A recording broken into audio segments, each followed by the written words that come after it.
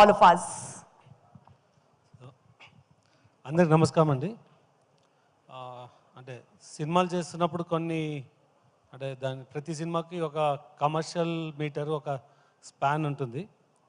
So ఒక్కోసారి content ఉన్నప్పుడు అంటే ఆ మార్కెట్ మించిన స్పాన్ ఉన్నప్పుడు చేసేవి కొన్ని సినిమాస్ ఉంటుందండి. అలా చేసిన వాటిలో మాకు గూఢాచారి, ఓ బేబీ అండ్ కార్తికేయ 2 చాలా పెద్ద సక్సెస్ ఇచ్చింది. సో స్వాగ్ కూడా అదే కేటగిరీలో వస్తుంది, అదే అలాంటి సక్సెస్ వస్తుందని కోరుతున్నామండి.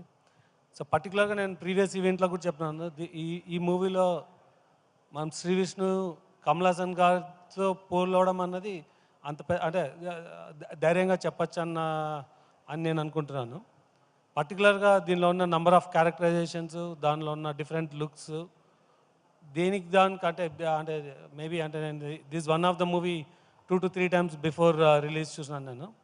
సో మీకు ఆ క్లియర్ డిఫరెన్షియేషన్ కనిపిస్తుంది. అండ్ దాని వెనుక I think Asit has done extraordinary job and దాంతోపాటు మ్యూజిక్. సో ఈ మూవీ అందరూ థియేటర్స్కి వచ్చి October 4 చూసారని కోరుతున్నాను. Thank you.